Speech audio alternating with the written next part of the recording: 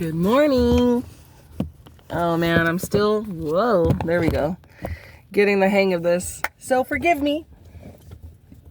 I want to start out by saying thank you for being here. If you don't know already, I'm Raven. I also go by Mother Raven. And really, I just have this idea and this passion in my heart that I want to take care of as many people as I can. I feel like the mom of the world, and I just want to love everybody and hug everybody. So with that said, last week I made a post that I'm uploading. I've been having a bit of an issue trying to upload it. It's 20 minutes long. But anyway, I just want to recap because I feel like I got to keep these posts coming because I've been through some real things and I don't say things. I don't take action on a lot of things. For example, if you apply for some kind of assistance or benefits and let's just say the county or whoever denies you, there's a process that you can go through to fight that. I never do. I'm always just kind of like, dang, that sucks. Or if something has happened to me and it's not right. For example, when my son's dad took him from me and the court played along into his whatever narrative, it's just, there's been so many times that I should have stood up for myself and I should have said something and I didn't. So it's the end of 2025. I'm going into 2026 with this energy of I'm not going to let anybody take anything more from me.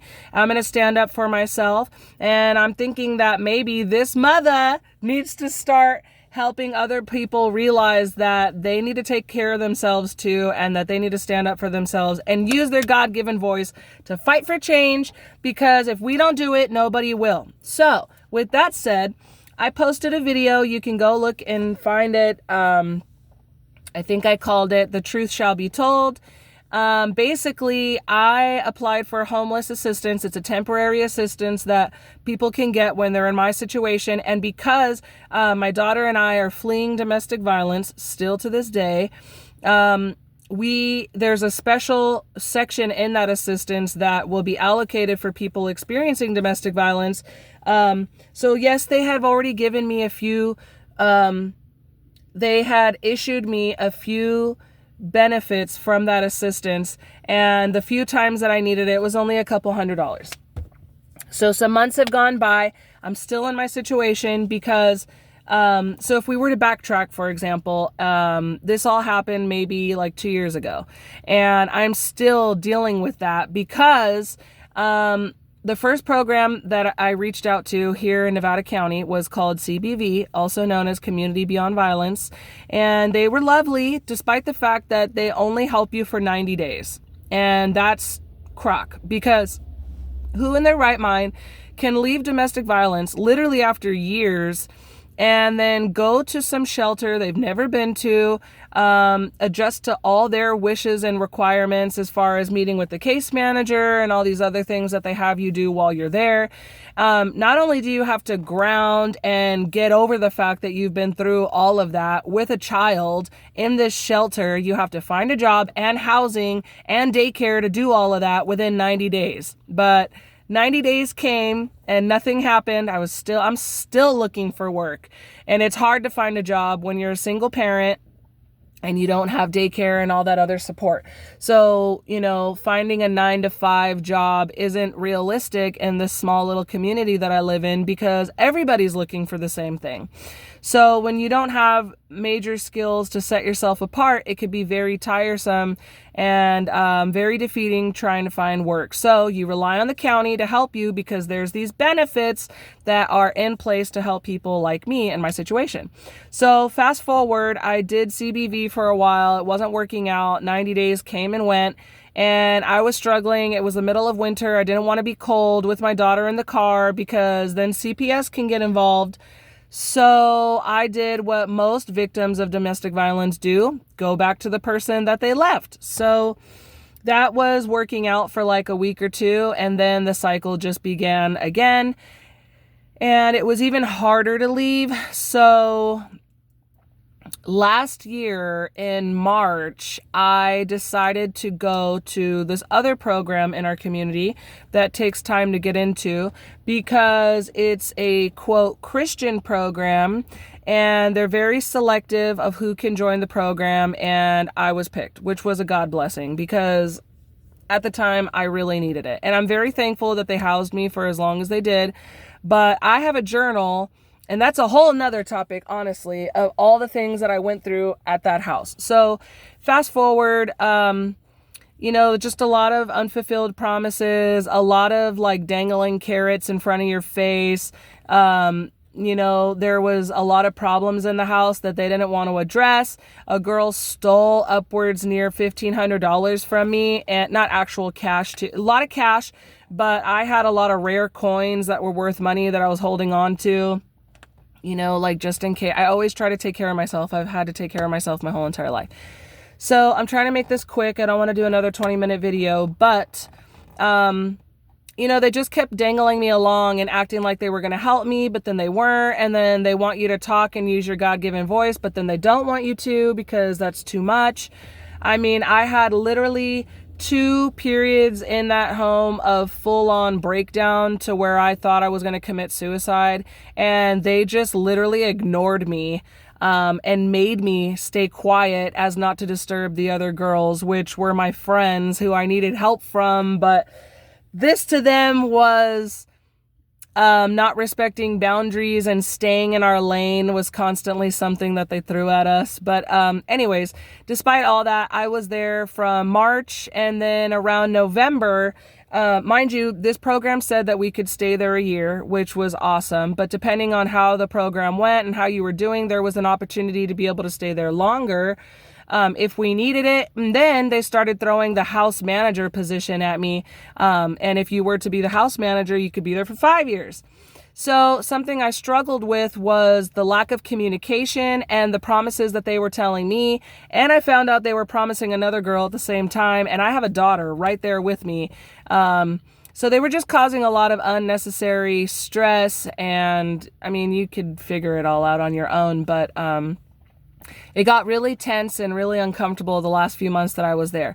And then in November, because I was like having one of my episodes of just pure sadness and defeat, you'd think that these Christian women, and mind you, the program was Women of Worth. They did not make me feel like a woman of worth at all. I was constantly, I don't even want to go into that. I can make a whole video about them specifically, but I'm not here for that. So I felt like a woman of nothing. And November came, and basically she didn't want to hear it. She didn't want to talk to me. She didn't want to try to support me. And instead of just saying, I can't help you with this, you need to find somebody else who can help you with this, she said I need to get out of her house. Didn't give me any kind of a notice, nothing. It went from you need to get out now to you have a week to you have a month. Okay, well now you can stay until April. Oh no, but you got to go now. So it was just like really uncomfortable and tense for all of November. And it literally just pushed me out of the house in December. By December, I was already moving out. My daughter and I were in our car for Christmas, and basically homeless since. So from January of 2025 to now, December 2025, I have been bouncing around all over the place, whether I'm at family, friends, or in my car, or parked somewhere, or letting Ivy stay with family, or I mean, it's just been a unique situation this whole last year. And meanwhile, I'm waiting for the county to help me with housing or whatever. And I'm sitting here and I'm trying hard not to give up and not to feel defeated and all these things.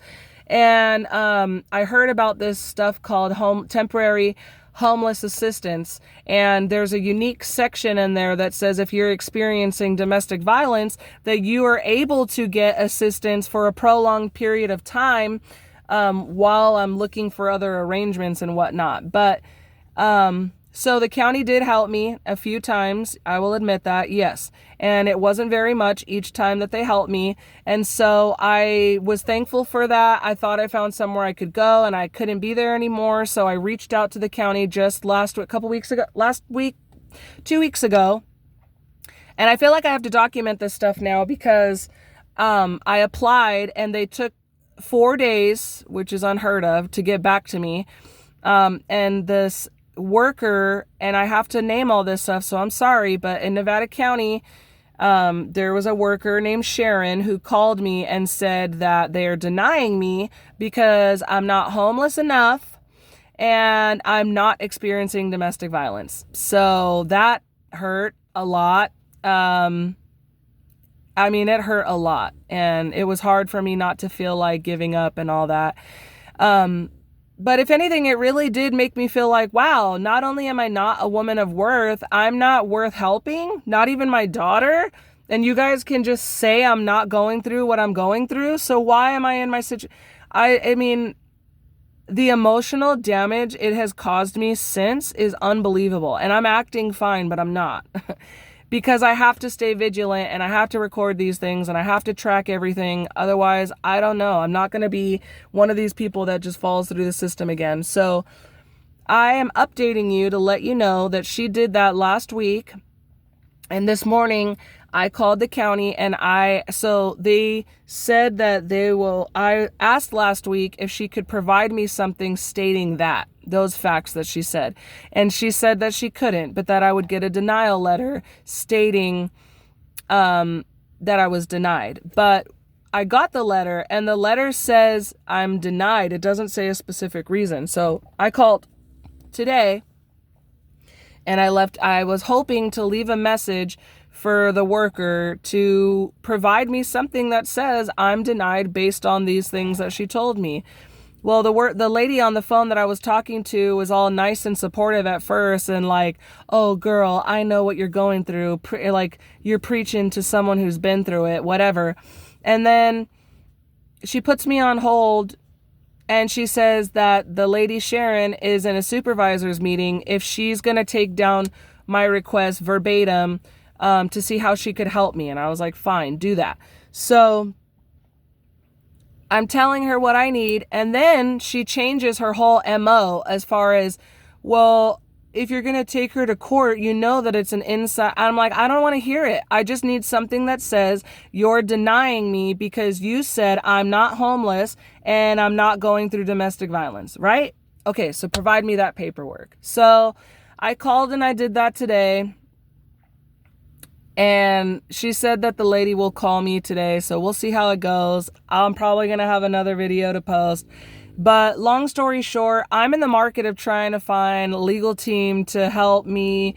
I never thought I'd be one of these people to sue for damages, but I'm at the point where I'm like, fuck it, let's sue for some damages. Because all I asked was for this stupid little temporary assistance that would have been like $300 maybe.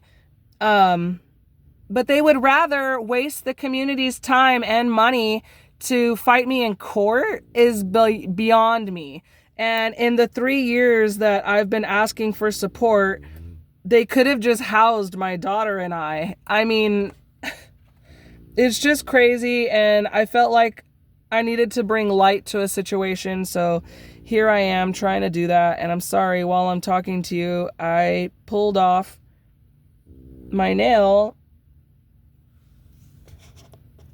You can't see it, but there's I don't know what's going on. Anyway, I just needed to update you and let you know what's going on. And I needed to wet my whistle because I was getting a little dry throat there. So I guess I'll keep you posted. I never thought that I'd be one of these people to do all this, but here I am. I've always been into outreach and advocacy and standing up for your rights. And, you know, people have always told me you have to use your voice and stand up for something. So I guess that's what I'm doing. A few of people that I know that are going through things too thought it was really cool that I'm gonna, you know, because it's interesting, like the county works with you and there's all these workers involved and they kind of teach you like to hold yourself accountable and be responsible. And I'm doing that. It's so amazing that like I'm doing the right thing and I'm not getting any kind of support. But if I was to go commit a felon right now, I would be housed. I'd have legal representation. I'd have medical. I could probably get into some kind of program to help me better myself faster than you could out here in the world on your own. So, you know, county workers, if I find out where you're living, no, I'm just kidding. But am I? I don't know. I am. But I mean, who's to say I shouldn't just commit a freaking crime? So criminals, if you're out there. I'm just kidding. Anyway, I love you, and I'm just thankful to be here. Whether you hear my voice or not, it's all good. It's always going to be good. I'm just documenting this for the record because I have a feeling I'm going to be doing some big, great things with it. So with that said, I hope you have a great day. I probably should tell you that today is December. Oh, man. I think it's like the 11th or 10th or 11th of December. I should know, but I don't, and it's okay. I'm going to leave you with that, and we'll be back with more as it comes. And in the meantime, stay positive and know I love you, and be the mothers and fathers that this world needs, because God knows we need it. I wish you all the best.